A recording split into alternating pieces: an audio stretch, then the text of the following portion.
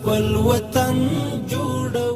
ملي تدارکاتو کمېسیون د شاوخوا 18 میلیارډو افغانیو په لګښت 21 پروژې تعدیل او منظورې کړې. د ریاست الوزراء اقتصادي مرستیال محترم عبدالغني برادر اخوند په مشرۍ د ملي تدارکاتو کمېسیون نوبتي غونډه ترسره شوه.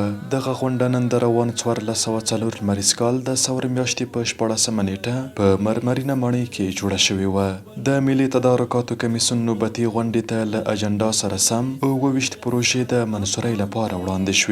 له بحث وروسته 18 پروژې تعدیل، 3 منظور او 3 لغوه شوې. همدارنګه د 3 پروژو په اړه ټاکل شوو کمیټو ته دنده وسپارل شوه څو له ګټونکو شرکتونو سره د پروژو د قیمتونو په اړه مذاکره ترسره او راپور یې د ملي تدارکاتو کمېسیون مشرتابه ته وړاندې کړي. د ملي تدارکاتو کمېسیون له لوري افغان ګندمک شرکت د 2 کلونو او رافع خالد تجارتي شرکت بیا د 6 میاشتو لپاره د تخلفاتو له امله په هر ډول پروژو کې له ګډون کولو محروم شول. یادو شرکتونو د اړوندو وزارتونو او ادارو له شرایطو سره تر موافقې وروسته 2 پروژې ګټلې او د ملي تدارکاتو کمېسیون له لوري ورته منظورې شوې وې چې دوی یې په ټاکلو قیمتونو او تدارکاتي شرایطو تطبیق او بشپړولو څخه انصراف وکړ چې په ملي پروژو کې د ځنډ لامل وګرځېدل.